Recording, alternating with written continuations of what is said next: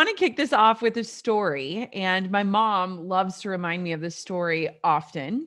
And I was an angsty third grader, and she was dropping me off at school one day. And she told me that I couldn't go to a friend's house after school. And as an angsty third grader, I said, Mom, you make my life a living hell. And I slammed the door and I walked away. And this was not normal Jenna behavior. And the next thing that followed was, so I walked out to the playground and I felt awful. I felt terrible. And I asked the aide, I said, I need to go inside and I need to call my mom. And this is before cell phone. So I had to wait about the 5 minutes it would take for my mom to get home. And the aide said, did you forget something? Did you forget your backpack? And I said, I need to call her to tell her I'm sorry. I have always hated conflict, even from when I was a little girl. I was that person that my mom would say, you know, never go to bed angry. And man, did I live that way? And do I still live that way? And I remember going into the front office and the receptionist, and I kind of turned away, held the phone. I didn't want her to hear. And I just said, Mom, I'm so sorry. I said that. I didn't mean it. I was just mad. And it really, that story just brought up all of these emotions when I was thinking about conflict, because I think for a lot of us in our lives, we are constantly dealing with or processing conflict, yet we're not always able to pick up the phone and resolve it within 5 minutes flat, right? We're living in this state of conflict day in and day out, and it's up to us how we start to move forward and process it, or how we can learn, grow, and evolve because of it. So there's this quote from Peter Coleman. He is the executive director of Columbia University's Advanced Cooperation, Conflict, and Complexity Center. And he said, the point of conflict is not to prove who is right and who is wrong, but to come to a resolution together. And I don't know about you, but when I hear the word resolution, it's almost like this exhale. Like, resolution feels like when you finally unclench your jaw after not realizing that you've had it clenched for weeks on end, or when you finally take that deep breath and you realize that you haven't actually been like filling up your belly with air. And so today I want to cover both conflict, but I want for us to kind of shift the lens and really think about conflict, not just with other people, but also conflict within ourselves. Because I have been experiencing this firsthand. Last night, my 3-year-old Coco woke up in the middle of the night, and literally for the last 2 years, I cannot even complain because she has slept through the night for so very long. But last night she woke up calling for me. And after the third time of going down to her room and singing Rudolph the Red-Nosed Reindeer, I laid in bed next to her and we just lay there for 2.5 hours as she asked me every question under the sun: why the moon is yellow, what the northern hemisphere is, why do people sleep, why do we lay down when we sleep? And I woke up this morning and I was so conflicted because I had a day full of work. And as I was laying there with her last night, I was thinking, you know, next week I have a work trip, and like, how can I possibly leave my family? Like, how can I leave my children? Am I doing the right thing? And is this work this important, or should I say no, or should I say yes? Or, you know, and I was thinking about conflict. And when I initially thought about the training, I was thinking of it from like a standpoint of conflict with your partner or a coworker. But this morning, I feel like life was like, conflict happens within us. And honestly, the majority of conflict that we're likely facing is stewing in us on a daily basis, where it leaves us questioning, am I doing the right thing? Am I doing enough? Am I answering the call? Why can I not do that thing I said I was going to do? And I think that a lot of times when we let conflict live within ourselves, we face our days processing guilt or shame or uncertainty or fear. And this morning, as I was sitting there just exhausted and thinking about life and laughing at the fact that when I finally got Coco back into bed, then the baby was waking up and Quinn needed me. And I was like, I just am all over the place and spread too thin, but my life is so full all at the same time.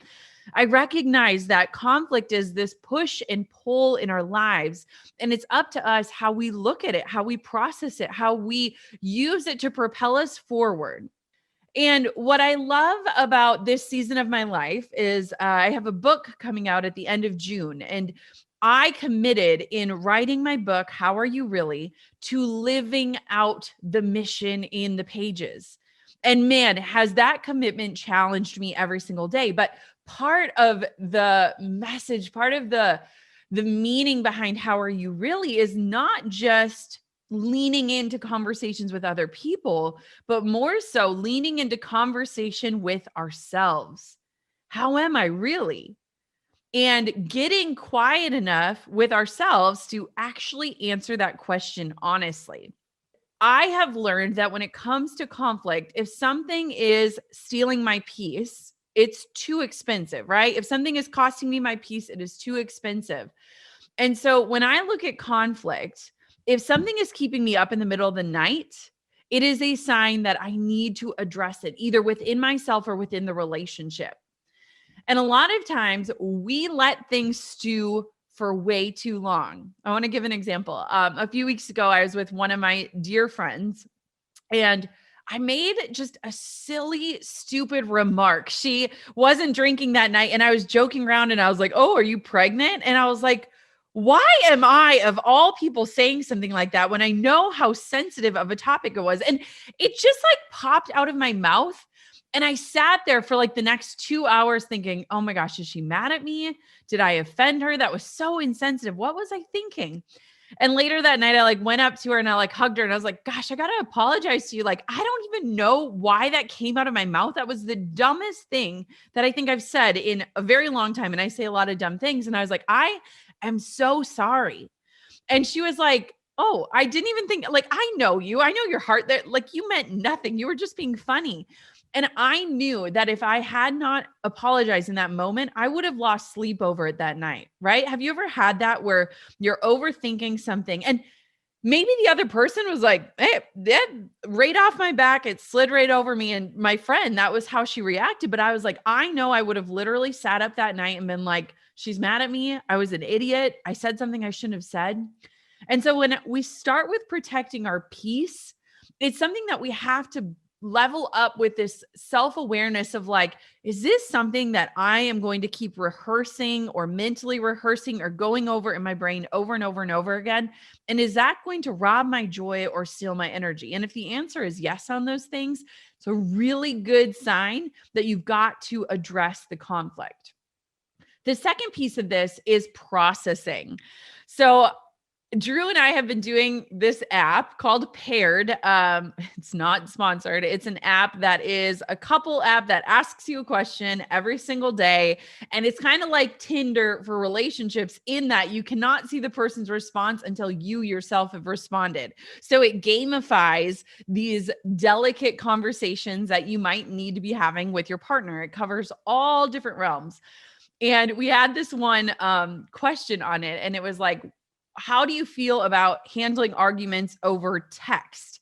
And Drew wrote, I hate it. Why do we do that? We can just sit in the same room. And I type in my response. I haven't seen his. I type in my response and I was like, I love it. It gives me time to like step away from the emotion and like think about my words and hit backspace 800 times before I send a message that I don't actually mean. And we were laughing so hard because I'm like, we have been together for like 15 years and we didn't know that each other enjoyed or hated this way of processing. And so the second piece is, how do you process best? And how can you bring that self-awareness to a conflict where you can be really honest about the fact, like, do I need space? Do I need to resolve this immediately? And be aware of your urges that happen around conflict, like my third grade self needing to call my mom within 5 minutes to resolve it because I hate being in conflict, so that you can understand that the person you're in conflict with might actually process differently than you do. So obviously today is all about focus, flow, and productivity. How many of you feel like you are professional multitaskers? Like, give you a million things and like you can manage it. The busier you are, the better you are. You're the people that can like do 5 things at once, and your spouse or your partner says, were you even listening to me? And you can repeat back exactly what they were saying. And one of the things that when I was thinking about like, okay, what does the world need? Like, what do we need right now?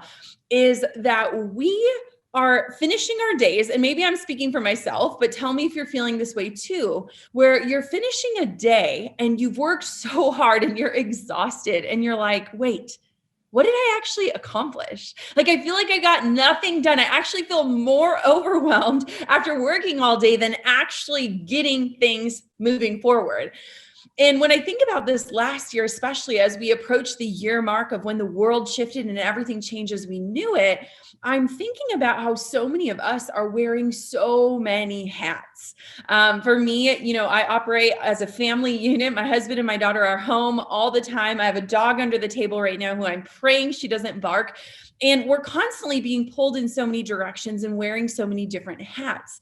And when I first became a mother, one of the biggest challenges for me was feeling like I was constantly half in on everything, whether that was work or motherhood. I would be checking emails while I was nursing my baby, or, I'd be up in the middle of the night and then I'd start thinking about work when I was holding my child. And I realized that focus is so important, not just for us to get more done, because guess what? We're not efficiency machines. Our worth is not found in our output, but to feel accomplished and to finish our days like resting our heads and saying, well done.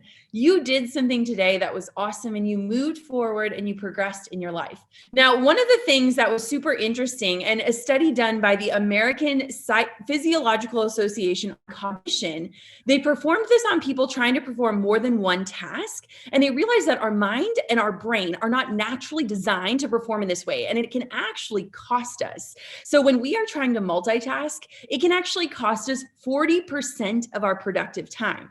So when I became a mother and I made the decision that I wanted to nurse my daughter, and that was going to be part of my job for the next year of my life, I realized that I had these very short windows of time to work. And maybe you can relate to that, whether you're in a 9 to 5 or you're working from home or you're building up your side hustle, you get these really small windows of time where you need to move the needle forward.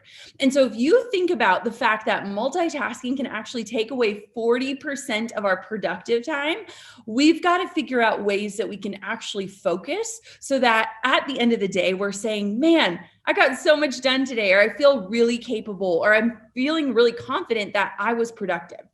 So we first have to kind of break down some of the lies. One of the things that I always say, and it's not my own quote, it's someone else's, but it's busy is not a badge of honor. For so long, when you run into someone at the store, or if you're sitting down with a friend and you're like, how are you? And you're like, oh, I'm so busy. We started to like wear that and confuse that as something to be honored, that being busy meant that we must be successful, or that we must be doing big things, or that we must have found this secret. But being busy and being productive are two entirely different things. And I really want to make sure that we establish that difference, because one, it's going to change how we show up in our own lives, but it's also going to change how we destigmatize the whole act of hustle culture and busyness. I am very focused on lifestyle in the sense of wanting to be a present mother. I want to be a great CEO. I want to be a change maker and an impact leader. But when I'm working, I want to be productive. I don't want to be busy. I was recently just talking to my cousin, who's a single mother of 3, who had to work from home and also homeschool her children all at the same time. And I was like, I don't know how you got it done. And she's like, it's crazy how productive you can be when you know you only have a limited amount of time. And the thing that we tend to forget is that our time is a non-renewable resource. It's something that we can't go out, we can't earn more of, we can't get it back. And so I walk through life looking at time as my currency. And so when I think about time being my currency, it's super important that the ways that I'm spending it are indicative of the life that I want and the work that I'm doing.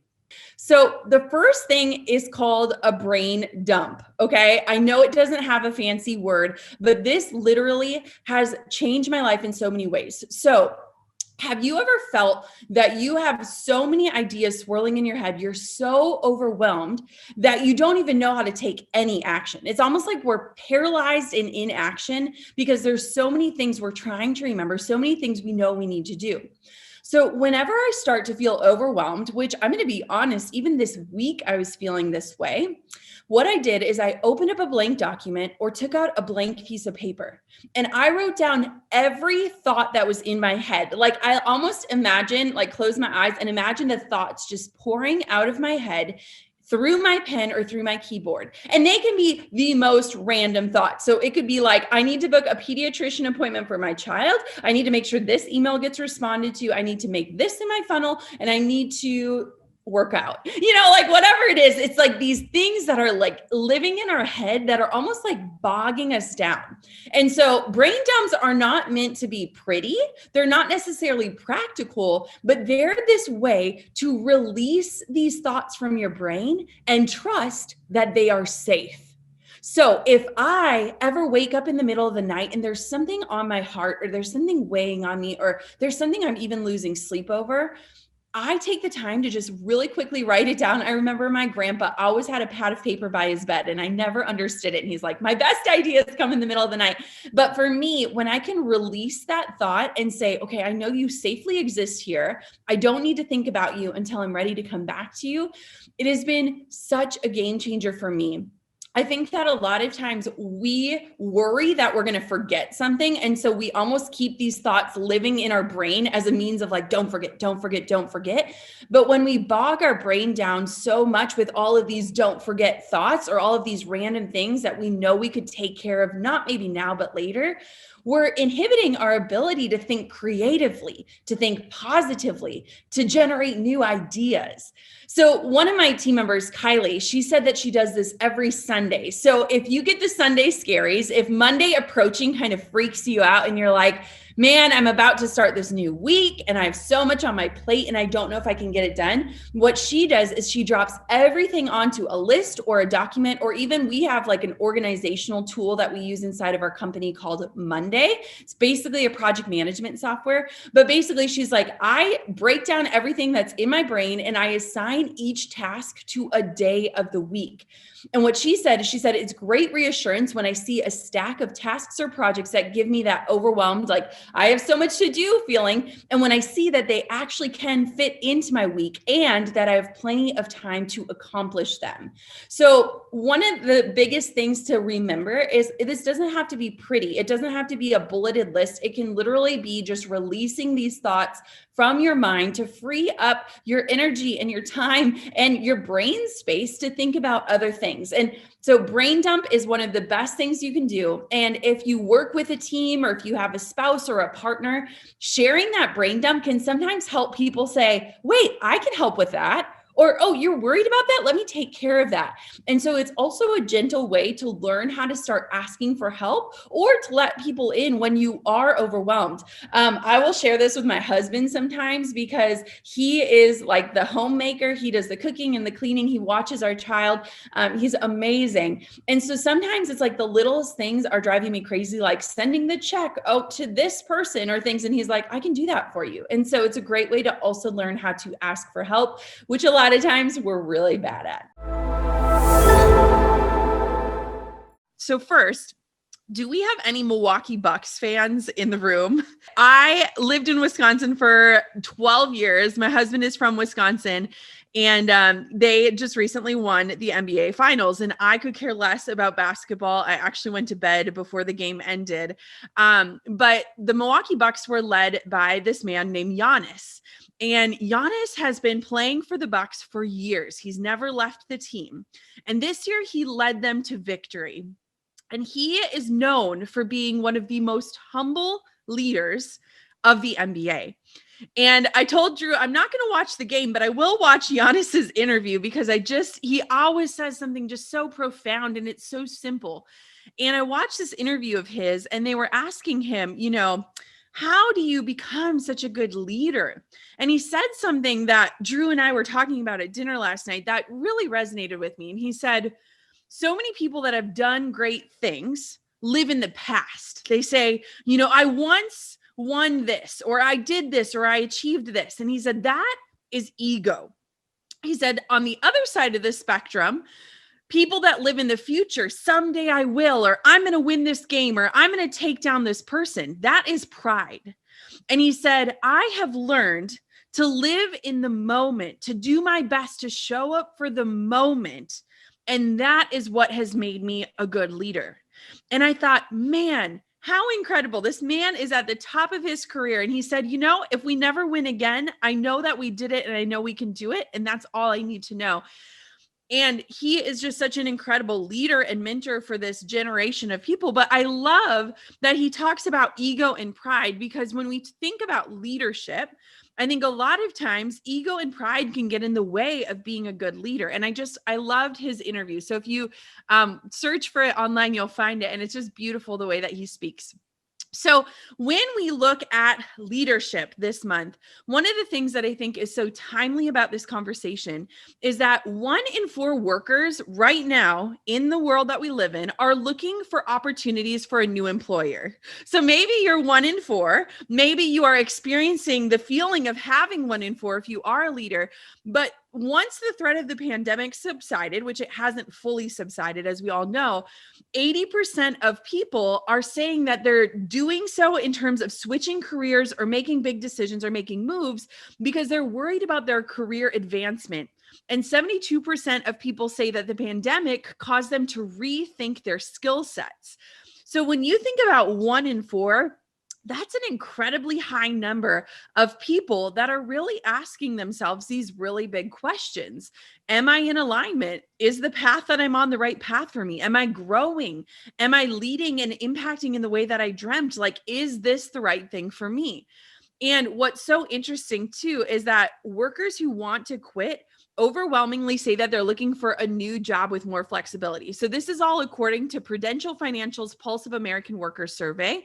And I just think that it is very, very telling that we are on this colossal shift where people are getting quiet with themselves to ask themselves these hard questions about what's next and what do I want to take with me that I learned from this last year, and how do I want to start moving through life, and what are my skill sets? And when I think about leadership, I was telling Brendan, I always think about the power of one.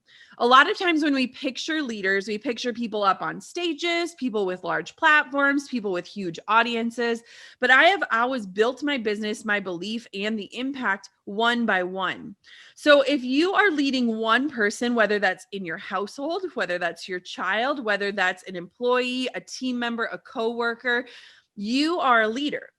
And so when we talk today a little bit about team, I want for you to know that team doesn't necessarily mean your employees. It means who is your support system in your life? Who is your community? It could be, a house cleaner or a nanny. It could be a neighbor or a friend. It's who's got your back, right? Like, who do you have and who has you? So I was not always a lover of leadership. And I often joke with my brother, who now runs his own company that is growing to this day. We never were trained to become bosses, right? We started growing something out of pure passion that then required additional hands on deck. And a lot of times I'll find myself in a boss situation where I'm like, I never, ever thought that I would become a boss. I never went to boss school. I wish there was a boss school because I probably should enroll. But one of the things that I think about a true leader is that it starts with this humbleness, like Giannis teaches us, but this super honest assessment of where you need help and the humbleness and the ability to ask for it. So let's start talking about how we can get honest with ourselves about where we need help. I think that leadership requires this assessment of our gifts and skills and our passions so that we can either hire the right people or build our team with the right people. I used to use this analogy that when I first started my business, I felt like I was white knuckling it. Like, how many of you feel like your grip of control in whatever realm of your world that resonates in is like this? Like, your fists are closed, your hands are tight. You feel like you cannot loosen your grip or you're going to let it all go. And I felt like that for so long as an entrepreneur when I didn't have help. I remember my first hire ever, she emailed me 3 times over a series of months offering to help me. And the first 2 times I said, no, I'm good. I don't need help. I've got this. Second time, same thing. The third time, she didn't know this, but she emailed me the hour after I got news from the doctor that there was no heartbeat with my second pregnancy. And for the first time in my life, I said, I need help. I need help. I can't do this. I can't lay in the fetal position and have my business be running. And it took life bringing me to my knees for me to loosen that grip and open my hands. And let me tell you, I fought it to the core because I am a control freak, or I was at the time. I remember she said, here's all these things I can do to help you. And I said, how about you just help me answer emails first? Within a few days of getting that help, I felt like my hands loosened up and actually opened up to possibility again. I felt this freedom, this knowing that, man, like when I release this white knuckle grip of control and when I open my hands, there are so many more possibilities on the other side of it. So maybe you don't have a team beneath you in your position, or if you have a business, maybe you don't have a team there. But I want for you to replace the word team with support system. I want for you to think about who is in your life that's got you. So first, I think it starts with taking an inventory. Whenever I start to feel stressed or frazzled or overwhelmed, I take an inventory of where I spend my time, my money, and my energy. And I have this thing that I call my gut game, which will tell me when I said yes, when I should have said no. When you look at your calendar and you dread something, when there's something on your to-do list that never gets done and it just gets scooted on and on and on and on because you really don't want to do it. Maybe you've overcommitted in a way, or maybe you said yes and you wish you would have never. And so when we start to take an inventory, it starts to tell us a lot about ourselves, our gifts, our abilities, but it also starts to reveal where it is that we're either falling short, we need support, or we're not able to keep up. When I take my inventory these days, there are a lot of things that I can do, as in I have the knowledge or the ability, but that I shouldn't be doing. True leaders recognize that they have gifts, which we all have, that are special. And when we start filling up our days, our time, our energy, our schedules with things that aren't actually in our wheelhouse, we're wasting this precious time where we could be doing the thing that we shine at, the thing that actually makes an impact on the world. And so when you start to take an inventory, it's going to become very clear the things that you're spending your time on or the things that you're doing that you shouldn't be doing. Now, this doesn't mean that you can go out and hire a team of 10 and bravo, you've got all of these things off your plate, but it does help you to start seeing where your actual gifts lie and where you can give someone the opportunity to let their gifts shine. When I used to look at outsourcing, I looked at it as a way of just getting things off of my plate. But now I see that I am giving someone the opportunity to do the things that they love, to come alive in a way. It's beautiful when you look at it in not a way of like, oh, I hate doing this, so I'm getting someone to do it for me. But they love this. They're going to do it better with more passion. They're going to be more efficient than I could in doing that. So even if you're not ready to outsource or expand your team or your network or hire a support person, it's important to know what your first step or your next step would be when you're ready. And I think that when we can create a vision of where it is that we do need support and start to imagine what that support can look like, it takes that art of manifesting someone and actually puts action and vision behind it. And I think that's so important. Confidence is this journey. It's this constant learning and changing and ebbing and flowing, and there's so much about it. And so I don't believe that there is a one-size-fits-all statement about confidence that is going to be true for all of us. The thing that I think that can be true for all of us is that confidence shows up for each of us when we can finally say, I am me. I know exactly who I am. And frankly, I like it. And that thought alone is so freeing because it's not marked by anyone else's interpretation of confidence. It's not marked by anyone else's belief of what we should be or how we should act or how we should perform or what we should do. I was researching about confidence, and there is this amazing woman named Evelyn Marinoff, and she researches and writes about the psychology behind confidence. And I think it's super interesting. So get this, men's self-esteem tends to move in this upward linear projection. So just kind of picture this. Men are moving upward and it's very linear, while women have more variable trajectories and experience frequent ups and downs in their self-worth levels. How many of you can relate to this, whether you're a man or a woman? I thought this was so interesting. And so that makes men more stable in their own self-opinions, while for women, it's truly this blend of nature and nurture that shapes our sense of worth. And the good thing is, like, I honestly see this fact as a win because we all want to make more improvement. We want to mold our own self-opinions. And the thing that is exciting about confidence is that we can improve it. Right? It's this soft skill that often gets downplayed when you think about when you are applying for a job or when you're telling people what you're good at. We always lean on the hard skills that we have, whether, it's education or we're proficient in something. And confidence is this soft skill that often flies under the radar, but I believe that confidence can change every facet of our life. And it's good because we can improve it. There are studies that have shown that. And so there are so many different factors that can really influence our confidence level, and our unique environments and our histories, specifically our upbringing, where we grew up, our parental care, our quality of education, have this large impact on shaping our levels of confidence. So one other study found that later in life, nature's effect was 40%. And 60% was about nurture.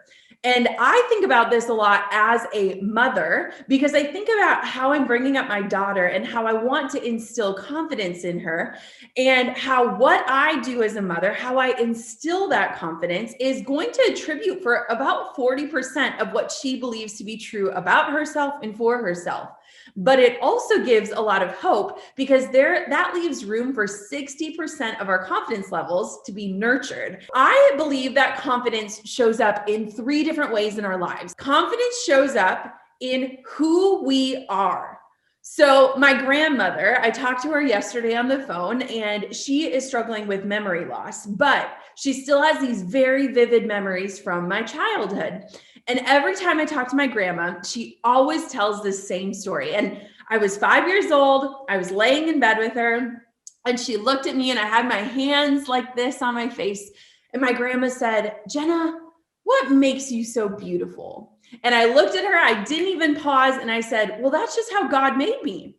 And my grandma tells me this story every single time I talk to her. And I hear this story over and over again. And it reminds me of that childlike confidence that I had at this young age because I knew who I was. And I also knew who created me. And no matter what you believe, I think that there's something so powerful in feeling connected that we were made in some sort of vision.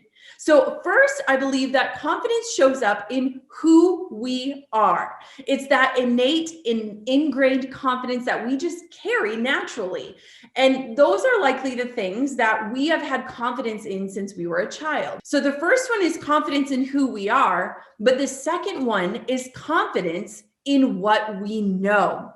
So when I became a mother 2 years ago, I remember leaving the hospital and thinking to myself, I can't believe they're just letting me walk out the doors with this child. Has anyone felt like that? Like, you're like, where is the college degree that tells me I'm equipped to care for another human being? And it's funny because now 2 years into the game, I find myself feeling like an expert in the experience I've lived and being able to contribute to other people who are experiencing things that I once experienced and had questions on. And so number 2 is confidence in what we know. And confidence is formed in so many different ways in our life.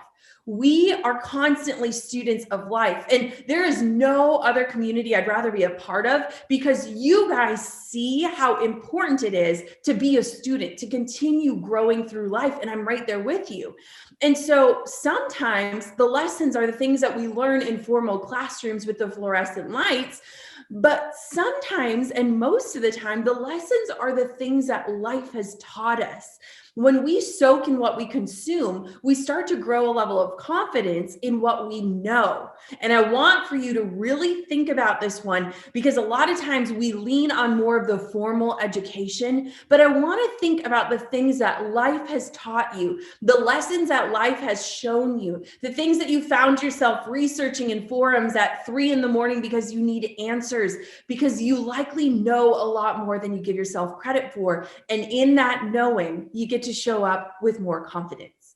Now, number 3 is confidence in how we can impact. This leans on a statement that I like to say, which is who I am and what I do. Have you ever noticed that a lot of times when people take the stage, or they're hosting a community, or you land on a website even, a lot of times people will say, this is who I am, this is how I serve, or who I serve, and this is how I serve them. And I think that there's so much confidence in almost having that own mission statement for your life. And so when I look at the people who are out there who are really set on making the biggest impact, it's those who can confidently tell you, this is who I am, this is what I do, and this is how I serve the world. The deeper that we understand and feel confidence in our gifts, the greater our impact is. And I love that. So just to reiterate, the 3 things that I think can influence our confidence, and that ways that confidence shows up in our lives, are confidence in who we are, confidence in what we know, and confidence in how we can impact. Today's training that I want to lead you through is going to be a little bit different. And I think it's because of where we find ourselves potentially in the world, but also where we might be finding ourselves in different life stages. As you know, for me, we just welcomed another baby. So I'm kind of in this cocooning stage with my family, where I just kind of want to figure out our new flow.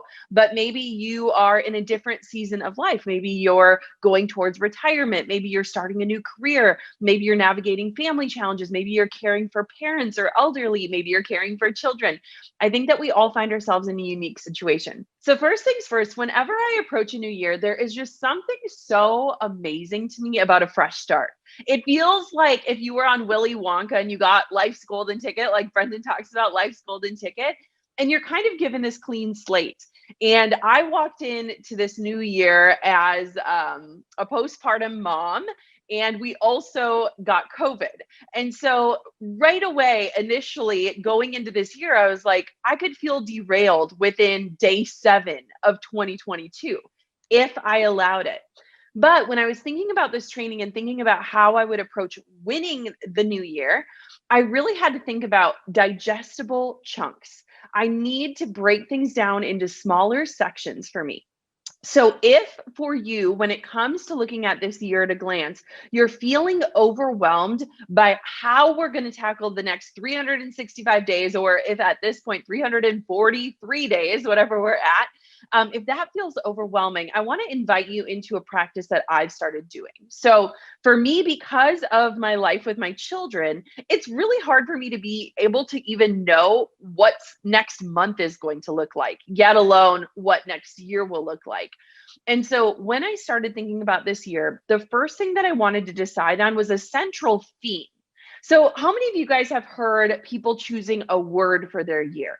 Now, this is a practice that a lot of people do. A lot of people show it. They share their word of the year. Maybe it's for accountability. Maybe it's just to put it out there. And for the last few years, I've chosen different words for the year. Now, it sounds like kind of a weird woo-woo type practice, but what I have found is that it almost lays a foundation for your year, so that when you are setting goals or making decisions or navigating different scenarios, you can always come back to that home base. So for example, a few years ago, my word was surrender. We were in our fertility process and just trying to figure out what is this going to look like. And I needed to choose the word surrender. I needed to just surrender to what was going to be. The year after that, we successfully and thankfully had our baby girl, Coco. My word was presence. I just wanted to be where my feet were. I'm still trying to land on my word for this year, but I think it's something along the lines of intuition. I need to follow my gut, to trust my gut. So when you think about the year, I really think it is helpful to choose a theme.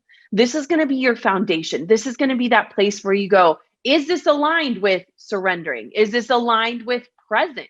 Is this respecting my goal for trusting my intuition or my gut? And the thing that I also want to note is if you had a word of the year for last year and you felt like maybe you got derailed or it wasn't a success or you didn't quite win it, carry that word forward. That word can still serve you and serve as that base. There's no need to change it if that word is still working. So what I want for you to think about is how can we create a foundation, lay a foundation that has a feeling. So when I look at a lot of people and their goal setting practices, it's beautiful. They have these tactical things that they want to achieve within the next year. But a lot of times they don't actually think about how is this going to feel? How is this goal going to feel when I accomplish it? How is the pursuit of this goal going to feel? And what I found is that having that theme or that word, it gives me that feeling to really check myself and my alignment. Now, I want to share something that I am working on this year. I haven't shared it publicly anywhere, but it's something that I have recognized in myself as I've kind of evaluated last year moving into this year, is that I am actually aiming for more gray areas in my life. And let me explain this. I am an all or nothing kind of gal. I am either all in, gung ho, full force, show me what I need to do and I'll do it, or I'm a nothing.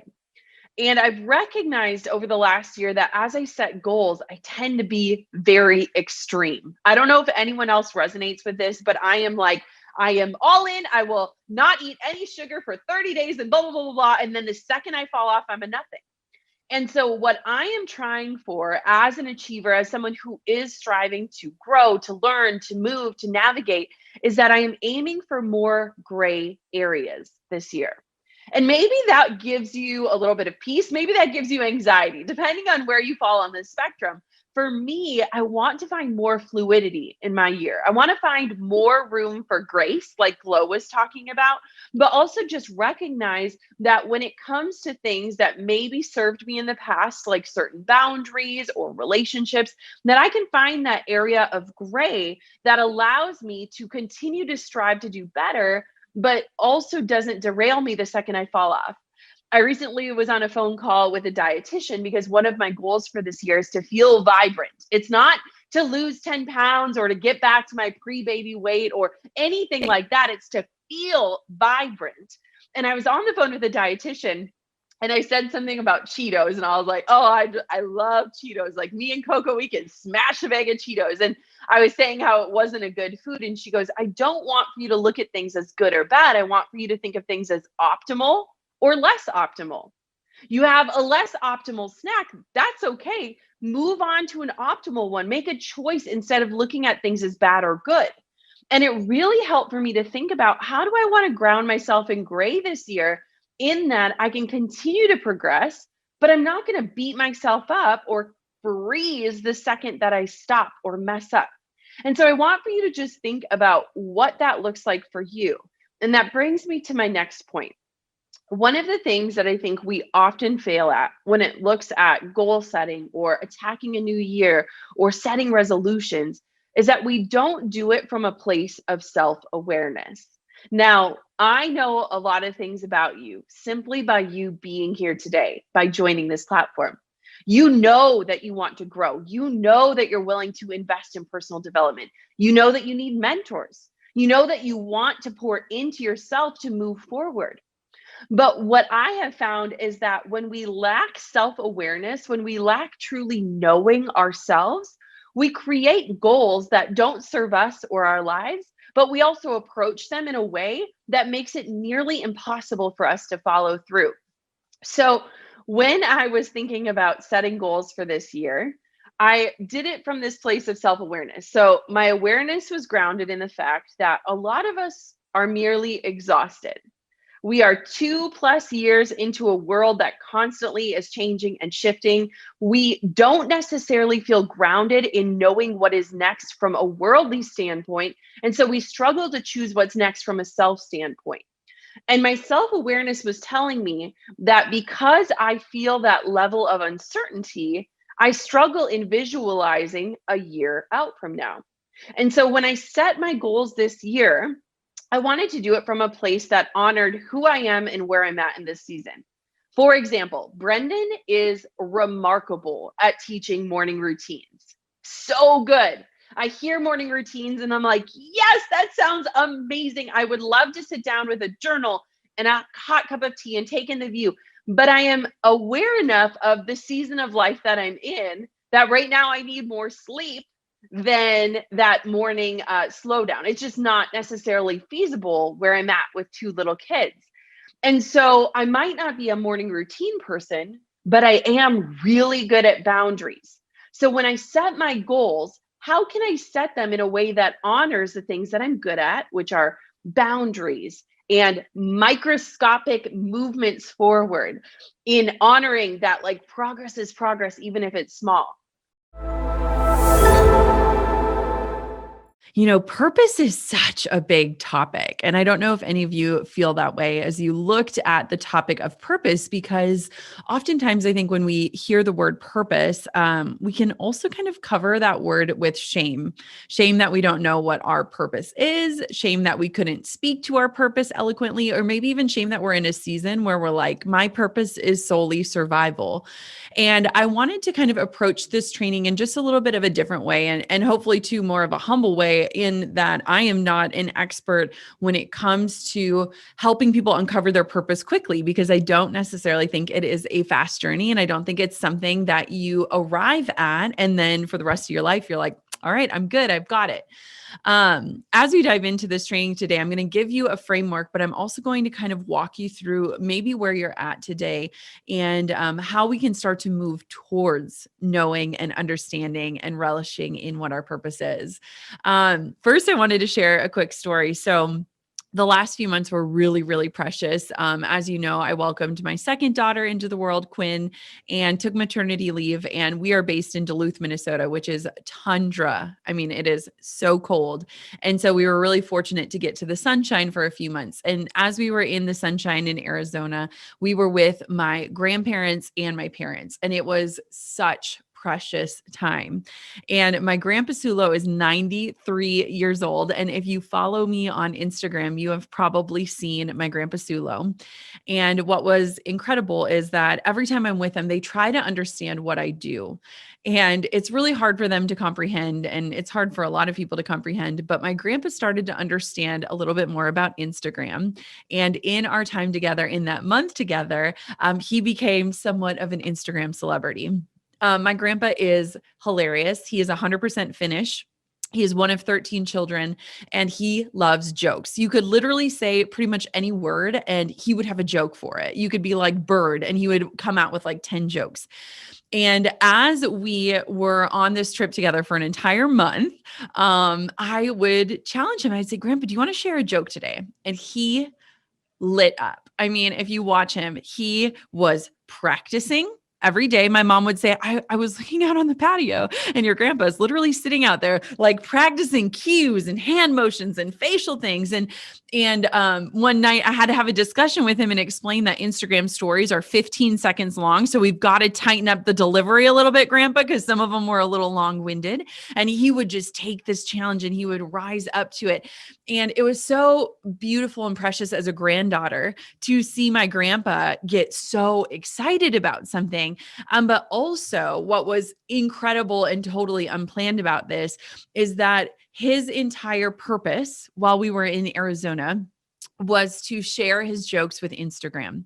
And this man, I mean, he would literally, I would be with him and I would post a joke and he would sit there and stare at me. And I'm like, why is he staring at me? And he'd be like, how are the results? What are the results? What are people saying? Did they like that one? And I was like, oh my gosh, Grandpa. And at some points we were like, we got to take a step back from this, because he was so excited about it. We've been home for a few weeks now. And the other night he called me and he said, I just wanted to call and check in on the results. How are they going? What does your audience need from me today? And I recognized this beautiful, beautiful thing that purpose can be for somebody, right? It is this electric energy, this vibrance that is so undeniable when someone feels this purpose. And seeing that through my grandpa at 93 years old, who lives in a town of 400 people, to even imagine him. I was like, Grandpa, imagine you're on a stage in front of 1 million people. Like, what would you do? Man, it was such a beautiful reminder of purpose. And I just wanted to share that with you, because if you can watch somebody light up and if you can be a part of that transformation in even the smallest way, it can totally change their life, but also change yours. And so when I was thinking about this topic, I was really thinking about how a lot of us are walking through life wondering and questioning, what is my purpose? I think that what's really fascinating is one study shares that over a quarter of Americans that are adults do not feel like they have a clear sense of purpose. And I would honestly argue that that number is likely higher after coming out of what we are coming out of as a world. I think a lot of times we are not allowing ourselves to get quiet enough to really explore what that answer might be, or to ask ourselves the questions that will guide us on that journey. And I just want to say right now that you are in the right place. If you are sitting here and you're like, I cannot confidently answer this question with certainty. I think that purpose is something that is so easy to get lost in the minutia of life. You might have noticed my background looks a little bit different today. I mean, it's looked different a lot throughout Growth Day, but today especially, I am actually in an office for the first time in a decade. I have been an entrepreneur for a decade and I've never had an office. I've built my business off of my couch and my kitchen table and my bed. And it's been beautiful, but what I realized in this season of life with a small baby and a toddler is that if I really want to show up with my purpose, I've got to start to create boundaries, and I've got to start to create a way for me to get quiet enough with myself to ground myself in that purpose before I show up anywhere. I have recognized that my purpose is evolving, and the way that I show up has to evolve to match that in order to show up in this season of life. And so one thing that I was thinking about a lot when it comes to purpose is that your purpose can change on a day-to-day basis when it comes to short-term purpose. I like to look at purpose as short-term and long-term. For me, a lot of times my purpose short-term is to keep my children alive and to have them feel loved and understood. And for me to show up in ways that might just feel small sometimes, whether it's laundry or cooking chicken nuggets or opening the Amazon boxes that I forgot what I even ordered. And a lot of times when we are in that day-to-day minutia, we start to lose that tie, that connection to that bigger reason of why we're doing all of that. Have you guys ever felt that way where you're like, I am literally on the hamster wheel and I am just surviving or checking things off of my to-do list or keeping people alive or being a caretaker, and I cannot tie any of these small things to the big thing? And what I think is paralyzing about this thought about purpose is that it feels really big, right? I was doing a lot of research on this before this call today. And so much of what people were talking about when they were talking about purpose were these mission statements. And I'm going to guide you through how to create one. However, when I was leaning on that, I was like, man, like my mission statement can change in a matter of minutes, right? You have a kid running in the room. Okay, the mission is now different. You have a presentation or a job interview, or you're showing up. The mission is different. And purpose can feel so big and paralyzing that sometimes we block out this desire or this intention to even connect with it because we're worried that it is too big for us in the season that we find ourselves in. So if you are in a place right now where purpose is so caught up in the small things, where purpose really feels like a necessity for survival, then I want to invite you to start exploring what purpose can look like with the bigger scale. I often think of purpose and I kind of have to visualize this. So it might help if you close your eyes, but I almost feel like purpose is like being tethered to this knot. We were talking about rock climbing the other day, and I was like thinking of like purpose being like carabinered and locked in on something that is bigger than you, that is going to hold you in when you feel like your hands are losing its grip. Purpose is that thing that gets you out of bed in the morning. However, it is possible, and a lot of us are surviving and probably not thriving without knowing what our purpose is or without being tethered to something that is helping us to show up in the ways that only we can. Now, I think that not knowing our purpose is what keeps us on autopilot, right? It keeps us in that minutia. It can keep us stuck. And the reason why is if we don't have a purpose, we have nothing bigger. We aren't there exploring what is more, what is next, where do I go from here? And so it's actually not surprising to me that a lot of people don't know what their purpose is, because finding your purpose likely means that you have to stop the hamster wheel and get quiet with yourself.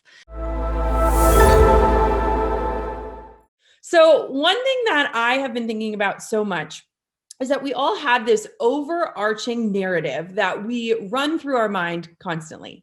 And a lot of times we're really passive when it comes to it. Like we don't even realize that this narrative is running and it's telling us who we are, what we're capable of, what our purpose is. And within this big narrative, this big story that we tell ourselves about our lives, there are an infinite number of sub narratives, these tiny little stories, these tiny lines, these tiny lies that can either empower us or they can cause us to self-sabotage. I feel like when we really get honest with ourselves and we think about the thoughts that go through our brains like a radio dial, a lot of us have this inner mean girl or this inner critic that can sometimes be incredibly loud, that can constantly be telling us that we're not enough, or that we're not capable, or that we're not skilled enough, or valuable enough, or pretty enough, or skinny enough, or whatever that is. But what I'm inviting you to do today is like a dial on the radio, to turn that inner critic down so that we can start to observe what our true mindset is, where it is rooted, and then how we can transform that as we start to move forward. So I want to tell you one quick story before we dive in. So my daughter is 2 years old. Her name is Coco, and she is just this little ball of energy. She's amazing.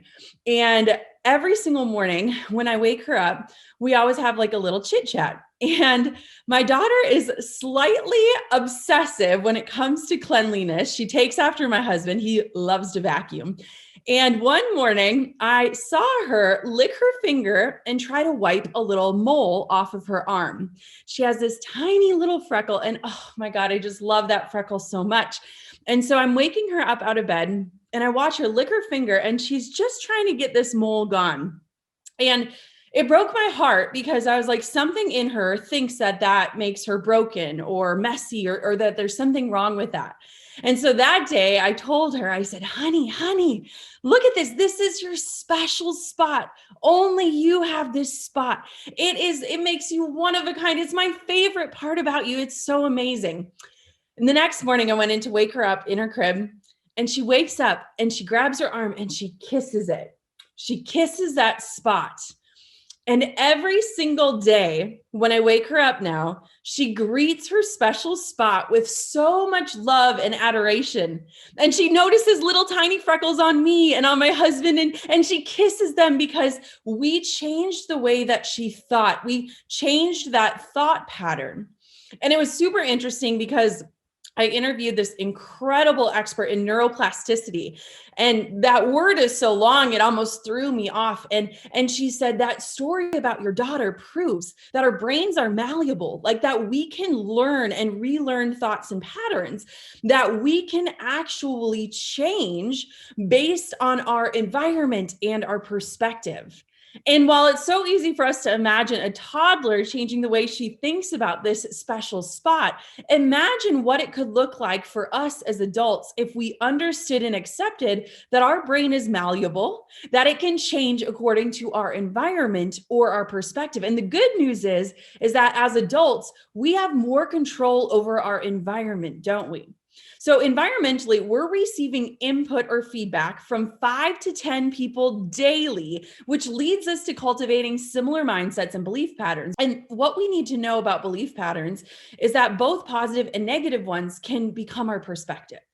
So I hope that that illustration kind of helps set us off as we start to kind of dig in to reframing the narrative. I got so many takeaways from all of the other speakers, and I learned so much, but I want to dig a little bit deeper into the stories that we tell ourselves. Because I think that a lot of times for me personally, and this is why I think I admire you so deeply, is that I avoided mindset work for so long. I avoided it until there was no more avoiding it possible. Because for me, I knew that I could adopt all the systems and strategies and principles and become this entrepreneur. But you hit a point in life where if you don't start unpacking the stories you're telling yourself, if you don't start getting really honest about the lies you're telling yourself or where your beliefs are really grounded in, you are going to max out and hit a limit that may be real or maybe just make believe. And I avoided mindset work for so long because I recognized that it would require for me to really trace back my beliefs and maybe unpack some of the harder times in life or the tragedies we've faced. And I know that all of us as a collective human race have all been through something challenging or hard. And so I just want to commend you. I think you are like 10 steps ahead of where I was until I was forced to really say, wait, the strategies and blueprints can get me so far, but until I fix my mind and my thoughts, I'm actually not going to move forward. So, has anyone ever joined the app Headspace? It's a meditation app. I am terrible at meditating. I'm so inspired by the leaders who are like, I meditate for an hour a day. I'm so inspired by that. It's not for me. So the app Headspace is kind of like meditating for dummies, and I need it. It's like meditating for busy minds. And one of the first things that they guide you through that has really helped me when it comes to mindset is they have you close your eyes and they tell you, what I want for you to do is to not shut off your brain, but to imagine your thoughts driving by on a road as cars. So each thought you has a separate vehicle and they're just going to be driving down the road. And your job is not to judge them or redirect them. Your job is just to observe your thoughts. How many of you have thought like meditation is like not thinking? It's like shutting your brain off, right? And you're like, I can't do that. My brain is like constantly going. But meditation is actually observing. You become this active observer of your thoughts. And what was really important to me about learning that tiny little takeaway was that I can become a non-judgmental observer of my thoughts. And then I can start to connect the dots to figure out, are these thoughts rooted in feelings? Are they rooted in emotions? Or are they rooted in truth? And I think that when we start to unpack those things, we can start to trace through the narratives, those things that we have on loop that can really hold us back or that can propel us forward. And so what I want to invite you to start becoming is just an observer of your own thoughts, of your own inner critic, of your own inner cheerleader, and of this voice. Because when we can observe without judgment, we can start to kind of break things down in a way that allows us to rebuild in a way that doesn't invoke shame or guilt. One thing I want us to think about, the main areas where we have inner dialogues are about our work life, our financial life, our relationships, our health, and our abilities. And so when you think of those categories, I would challenge you to think about or write down the top area that you're struggling with the most. And so let's say you really struggle in work and you might be doubting your abilities to be able to effectively communicate. So you question yourself all the time. You question, did I say the right thing? Did I not say enough? Should I have raised my hand? Should I have spoken up? And that makes you really wonder, like, am I ever going to be a good leader? Can anyone relate to this? I feel like sometimes communication can be that thing where we're like, someone once told me I'm a terrible communicator and thus I must be. So whatever that story is that you're telling yourself in that area of life where you're like, I want to improve or grow here, or I want to change that narrative, I want for you to think about, how can you get all of the thoughts out? This does not need to be a journal entry that you'll come back with fondness. This could be something you could burn, but write down all of those dialogues that you tell yourself that you believe to be true.